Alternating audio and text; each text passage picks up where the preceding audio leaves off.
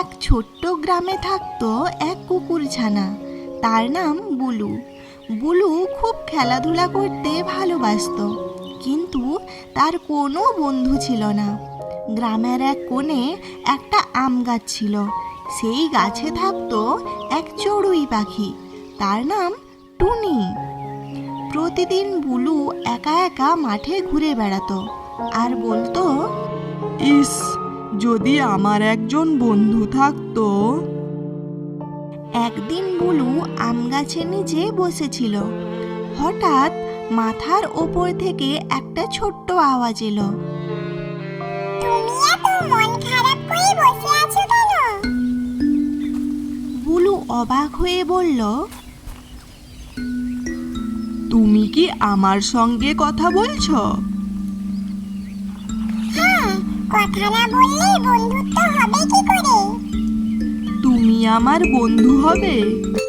হ্যাঁ, কেন হব না? বন্ধু হতে তো কোনো শর্ত লাগে না। বুলু খুশিতে লাফিয়ে উঠল। আমি খুব ভালো দৌড়াতে পারি। তুমি চাইলে আমি তোমাকে মাঠ দেখাতে পারি। আমি তো আকাশ থেকে সবকিছু দেখতে পাই। আজ থেকে আমরা একসাথে খেলবো, কেমন? সেদিন থেকে বুলু আর টুনি প্রতিদিন একসঙ্গে সব সময় কাটাতে লাগলো। একদিন দুপুরবেলা খুব রোদ উঠেছিল। বুলু হাঁপাতে হাঁপাতে বলল, উফ, খুব গরম লাগছে। বুলু, এসো, ছায়ায় বসো, আমি তোমার জন্য বাতাস করছি। টুনি ডানা ঝাপটাতে লাগলো। আহা, কি আরাম, কি আরাম। টুনি ভাই, তোমার ডানার বাতাসে তো আমার জীবন ফিরে এলো। তাই নাকি? হা হা হা।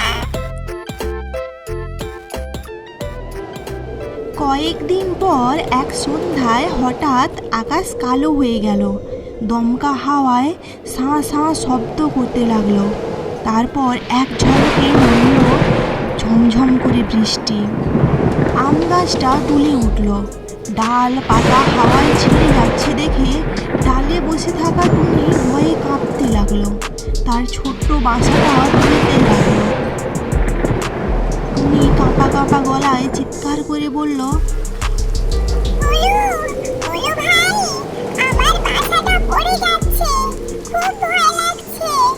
মাঠের এক পাশে থাকা বুলু শব্দটা শুনে কান খাড়া করল। সে মাথা তুলে আম গাছের দিকে তাকালো। টুনি, শক্ত করে ধরে থাকো, আমি আসছি। বৃষ্টি আর কাদার মধ্যেই বুলু দৌড়ে গেল আম গাছের কাছে। টুনি, ভয় পেও না, তুমি আমার পিঠে চড়ে বসো। আমি আমার ঘরে তোমাকে নিয়ে যাব। একদম নিরাপদ থাকবে ওখানে।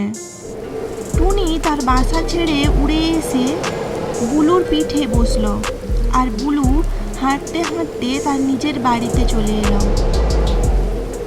ধন্যবাদ বুলু ভাই, তুমি না থাকলে আমি যে কি করতাম। আরে ধুর, বন্ধুরা তো এটাই করে। বাইরে ঝড় চলতেই থাকলো। ছোট্ট ঘরের ভেতরে দুজন বন্ধুর বন্ধুত্ব আরও শক্ত হয়ে গেল। এই রকম গল্প দেখার জন্য চ্যানেলটি সাবস্ক্রাইব করো আর বেল আইকনটি প্রেস করো। দেখা হবে পরের গল্পতে।